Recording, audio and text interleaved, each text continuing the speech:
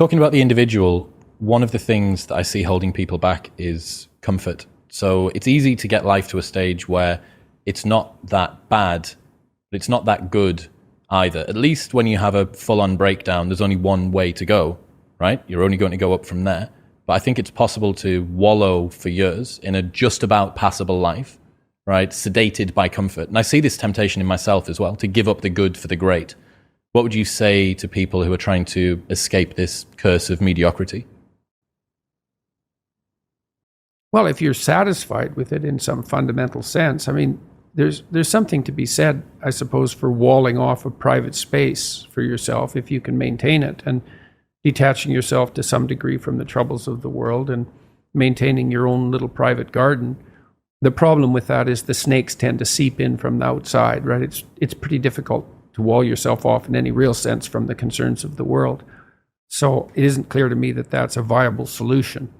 It also means that you might justify to yourself lack of civic engagement. You know, I shouldn't go to church. I shouldn't take part in the political process because it's all so corrupt. I should hide myself from all the annoying noise that's generated constantly on the media front. And I have some sympathy for that viewpoint, but I don't believe it's really possible, because you can't have a walled garden independently of the health of the broader society. It's just not possible. Maybe you can have it for a very short period of time, but if you're comfortable with what you have and it's genuine comfort, then I think, okay, but generally it's not. I think for the most part, it's people that have become sedated. You know, they've forgotten their dreams, but they've forgotten that they've forgotten them. Pink Floyd's Comfortably Numb is about this, right? They've become comfortably numb. I think most people... So I have this friend, and this story really hit me. So during the pandemic, running a podcast, I was able to have the thing that I feel I'm good at, my artistic pursuit and outlet, that was available for me to continue. It was actually increased because I didn't have other stuff to do. And I have a friend that's a barber, and he got a job at a supermarket. Barbers shut down for a long period of time, and he got a job at a supermarket stacking shelves overnight. And I asked him, I was like, man, how are you finding the new job? This is a big change. He's like, well, do you know what it is? I actually don't mind the work. I don't mind the people that I work with. But man, I miss being good at something. Right. Well, dude, that hit me so hard. Right. I missed being good at something. Yeah. Well, people need the opportunity to be good at something. So then you might ask yourself, well, what's the best antidote to the discomfort of life? And you might say, well, it's comfort. And I suppose that's what you act out when you swaddle a baby. But a better antidote is something like adventure to excellence. And that's far better antidote to suffering than the mere absence of suffering. So, not to say that the mere absence of suffering, that's not nothing, you know. Stepping out of that sedation from comfort's difficult, though, especially if you've become routinized to it. Yeah, well, that's the difficulty of maturity. You know, the Freudians said very wisely that the good mother necessarily fails. What's that mean? It means she stops providing the comfort that insulates people against the need for adventure. I heard you say recently that a mother's ability to let her child go out into the world, knowing that they're still vulnerable and that it's now down to them and the world to look after them, that's one of the bravest things that they can do. It's the female crucifixion. And that's exemplified best in, well, the best portrayal of that I've seen is Michelangelo's Pieta.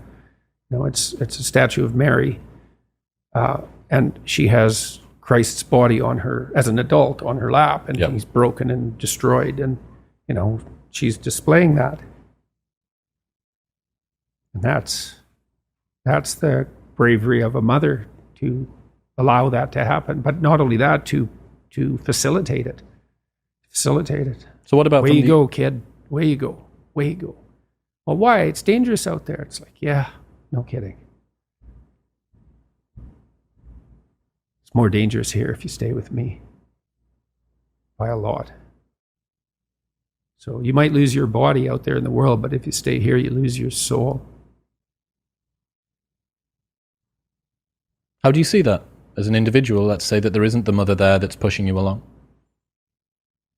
Well, you know, one of the things Jung Carl Jung was very interested in the Oedipal complex, and that's basically the overprotective maternal. And he criticized Freud for presuming that it was really something the mother did. He said it's more relational than that. First of all, it would be something the father would allow to happen, assuming there was a father around. So let's not forget about the paternal contribution to allowing that to occur. Because in some sense, it's the father's role to serve as the antithesis of that maternal overprotection. So a woman is extremely bonded with her infant, say between 0 and 9 months, and the infant is utterly helpless.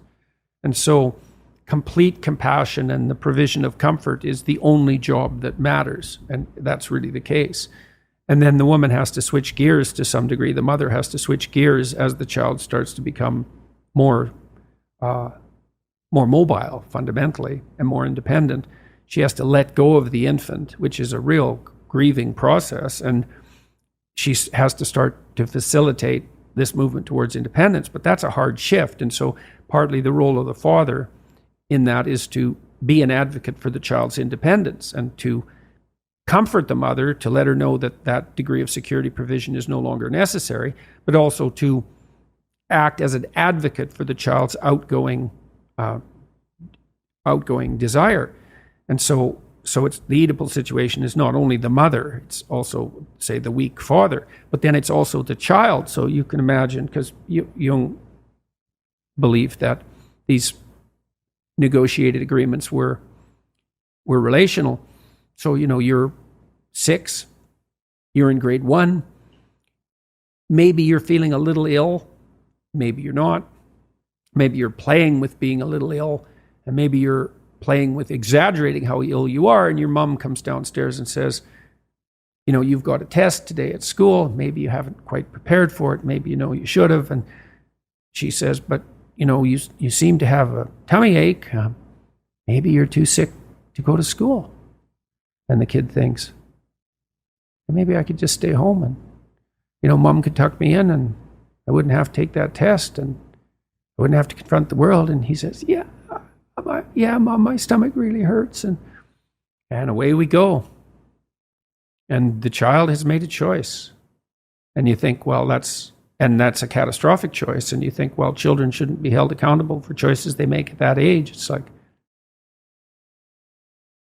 that child's soon going to be an adult that's going to make very similar decisions. The choice has consequences, and to be held accountable for that is to recognize purely that the choice has consequences and that it is a choice. Now, you could say, well, 95% of the blame is to be put on the mother, and maybe that's an overestimate. I think it probably is. But the child could say, Mom, you don't have to worry about me. I'm going to get up and go do this. And that's choice. And that's the right choice. So these are always chicken and egg problems, obviously, but that fleshes out the complexity of the situation. If you're being enticed down a pathological road, you can accept or reject the invitation. Now, some people are better at enticing and some people enforce it more harshly. And, there's all sorts of individual variability in situations like this, but just because you're offered the bait doesn't necessarily mean that you have to take it.